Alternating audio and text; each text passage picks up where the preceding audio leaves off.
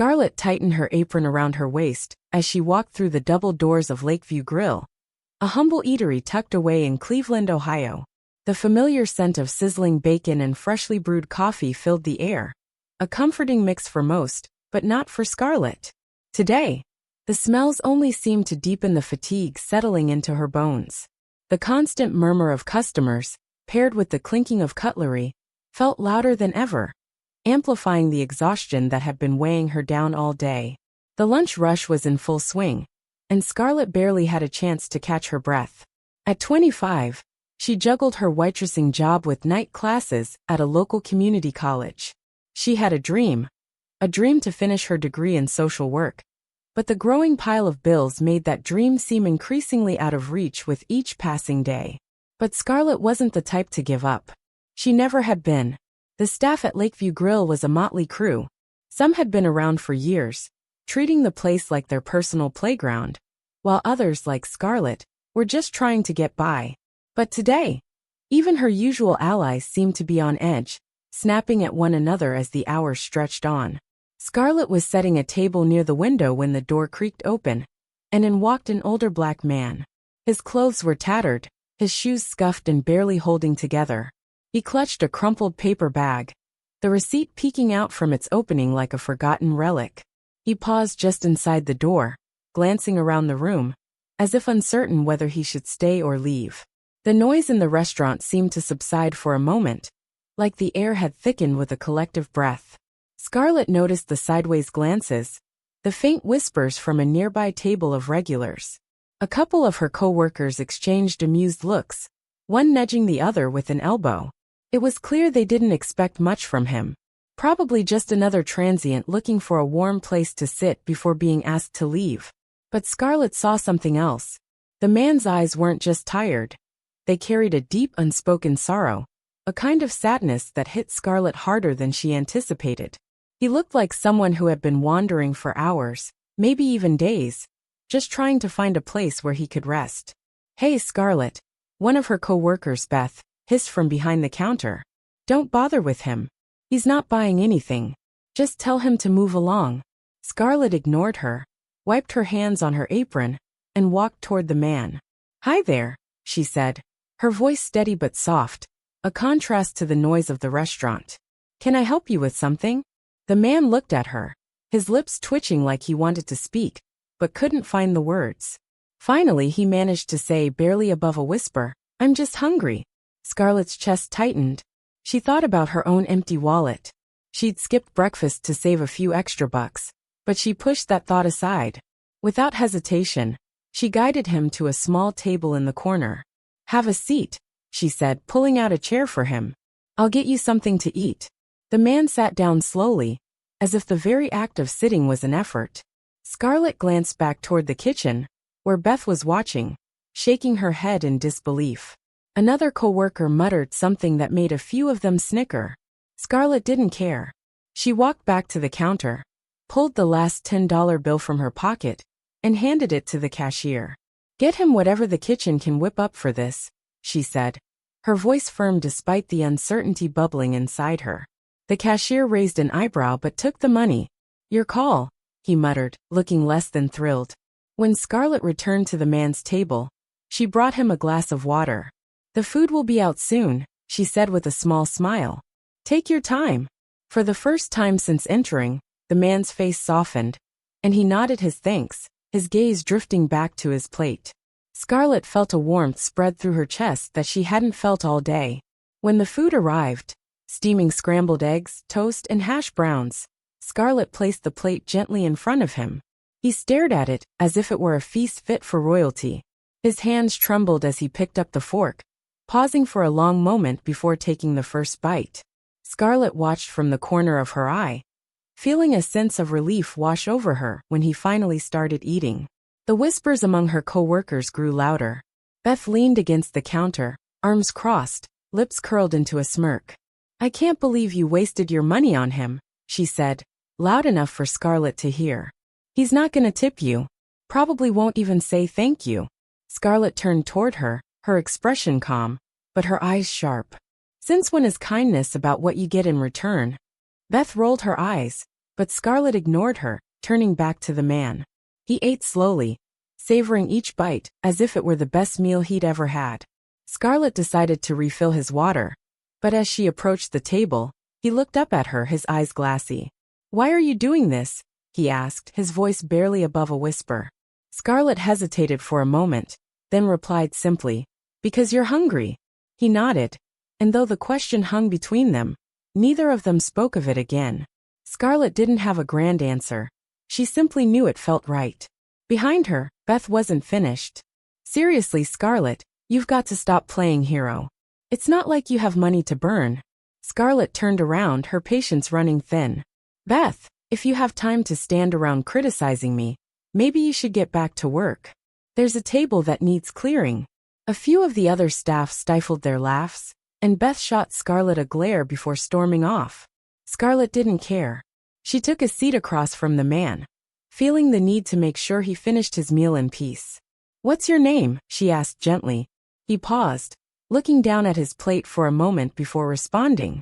"Dwayne," he said quietly. "Dwayne Reed." "That's a nice name," Scarlett said with a smile. "I'm Scarlett." Dwayne nodded, his focus returning to his food. He ate in silence, but Scarlett noticed how his shoulders seemed to relax, as if the weight of whatever he'd been carrying had lightened, even if just a little. Across the room, the usual buzz of the restaurant continued. Her co-workers were busy serving, taking orders, cleaning up, but here and there, one of them would glance over with a mix of amusement and disbelief. They were probably wondering why Scarlett was wasting her time on someone like him. But she couldn't think that way. Not when she knew what it felt like to struggle, to wonder where your next meal was coming from. Her mother had worked 2 jobs, just to keep their family afloat, and Scarlett had learned early on that sometimes all you had was the kindness of a stranger. When Dwayne finished his meal, he leaned back in his chair, a small, fleeting smile tugging at the corners of his weathered face. "Thank you," he said quietly. Scarlett smiled back. "Anytime." As she cleared his empty plate, Dwayne remained seated, his hands folded neatly on the table. There was a calmness about him now, though his eyes still carried something unspoken. Scarlett felt a twinge of curiosity. Who was this man? What had brought him to this place today? She didn't have time to linger on the thought. Beth returned to the counter, muttering loud enough for anyone to hear. "Scarlett's charity case is still sitting there. Maybe he's planning to move in." Scarlett shot her a warning glance, but before she could respond, the restaurant's manager, Mr. Callahan, emerged from the kitchen. A sharp-dressed man in his early 50s, he was known for running a tight ship. His presence immediately silenced the low hum of the room. "What's going on here?" Mr. Callahan asked, his voice calm but commanding. Beth, ever eager to score points, jumped in. Scarlett decided to feed a random guy who wandered in off the street. On her dime, of course. Now he's just sitting there. Mr. Callahan's gaze shifted to Scarlett and then to Dwayne, who met his eyes with a quiet steadiness. For a moment, the restaurant fell into an uncomfortable silence. The hum of the kitchen and the clatter of dishes were the only sounds. Then, to everyone's surprise, Dwayne stood up, his movements slow but deliberate, as if the weight of the world was still on his shoulders. He adjusted the collar of his worn shirt and took a step toward Mr. Callahan. With a wide, confident grin that seemed completely out of place, he said, "I was starting to wonder when you'd notice me." Mr. Callahan blinked, clearly confused. "I'm sorry, do I know you?" Dwayne chuckled softly, slipping his hands into his pockets. "You should. I'm Dwayne Reed, owner of this fine establishment." The room froze. Scarlett thought she must have misheard.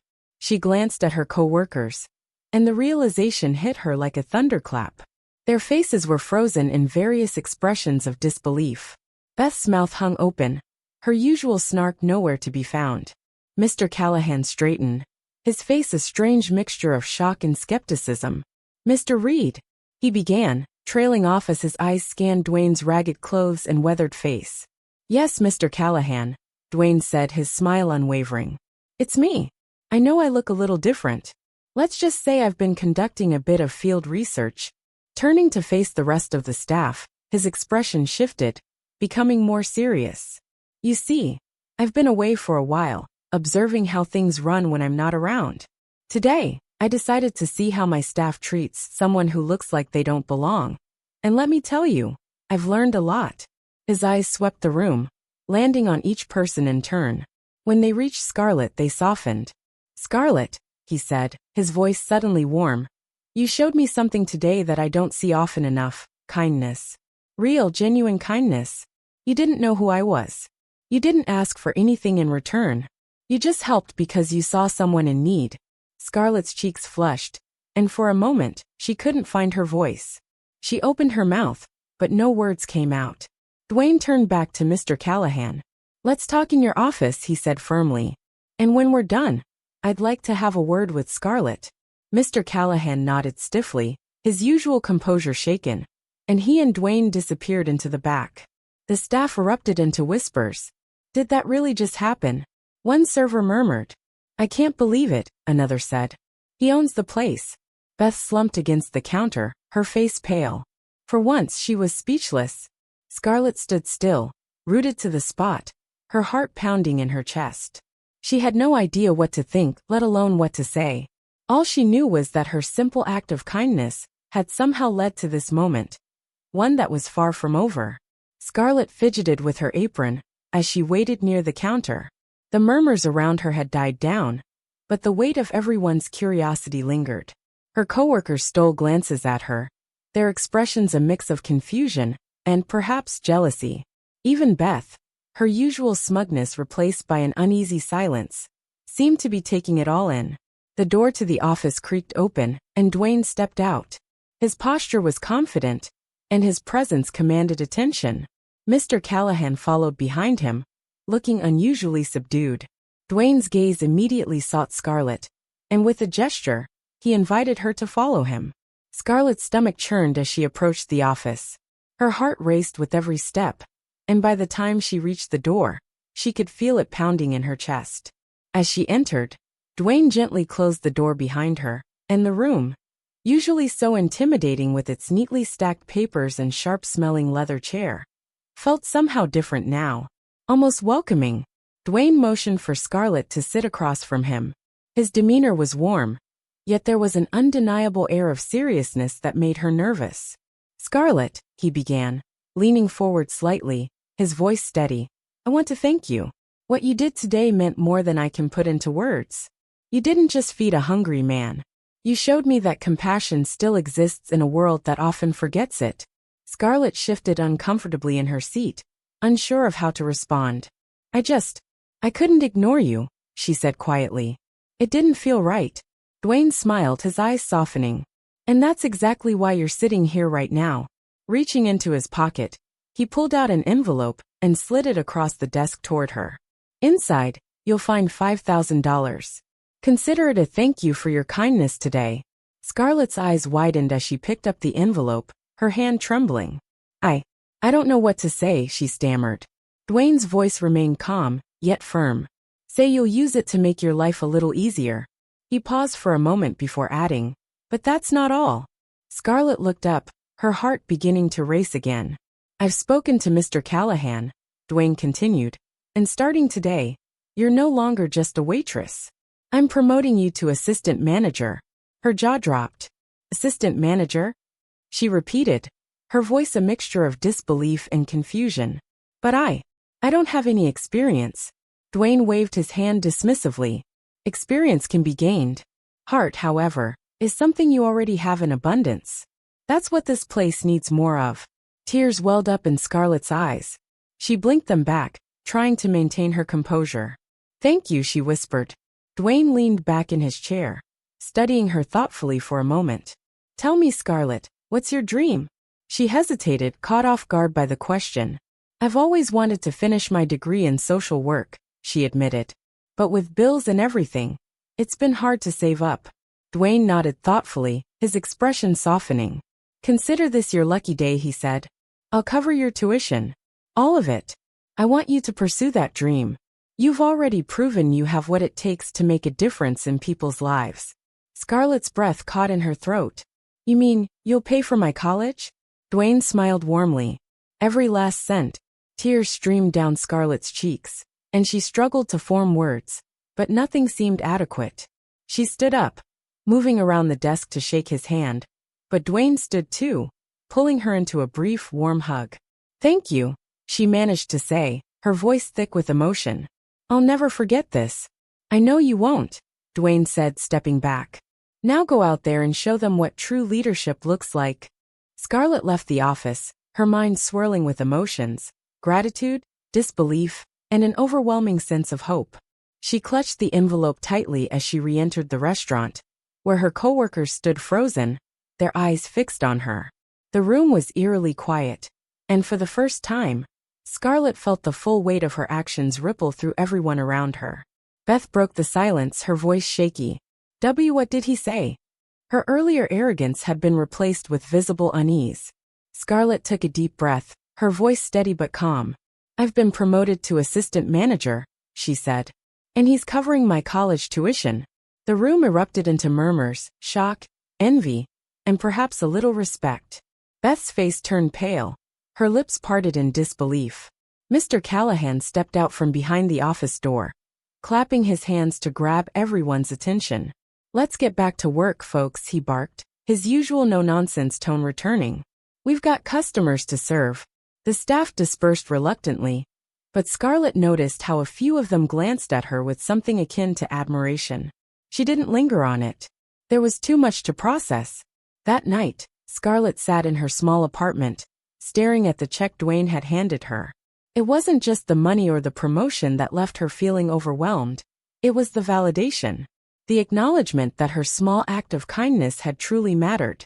She thought back to her mom, who had always told her, even if you have nothing, you can still give someone a kind word or a helping hand. Her mom's sacrifices had shaped her into the person she was, and now, it felt like life was finally giving something back. The next day, Scarlett returned to work, stepping into her new role with determination. Dwayne was waiting for her near the back of the restaurant, his fatherly smile radiating warmth. "Ready for your first day as assistant manager?" he asked. Scarlett nodded, a nervous excitement building within her. "I think so. Thanks to you." "It's not just me," Dwayne said, his tone thoughtful. "You earned this, Scarlett. Never forget that." Under Scarlett's guidance, the atmosphere at Lakeview Grill began to shift. Her coworkers, inspired by her example and the dramatic events of the previous day, began treating customers and each other with a little more kindness. Even Beth, though still sharp-tongued, seemed to soften her interactions, less cutting and more cooperative. Over the following months, Scarlett balanced her new role with her college classes, her life finally moving toward the dream she had almost given up on. And every time she looked at Dwayne, who continued to run the restaurant with quiet wisdom, she felt a profound sense of gratitude. The lesson Scarlett had learned, and hoped others would too, was simple yet profound. Kindness is never wasted. It has the power to ripple outward, transforming not just one life but many. In her case, a single act of compassion had not only changed her future, but had also reshaped the culture of an entire workplace. As she stood behind the counter one evening, watching customers enjoy their meals and her coworkers moving with a renewed sense of purpose, Scarlett allowed herself a rare moment of pride. Her life wasn't just about survival anymore. It was about making a difference, just as she had always dreamed. And it all started with a plate of scrambled eggs.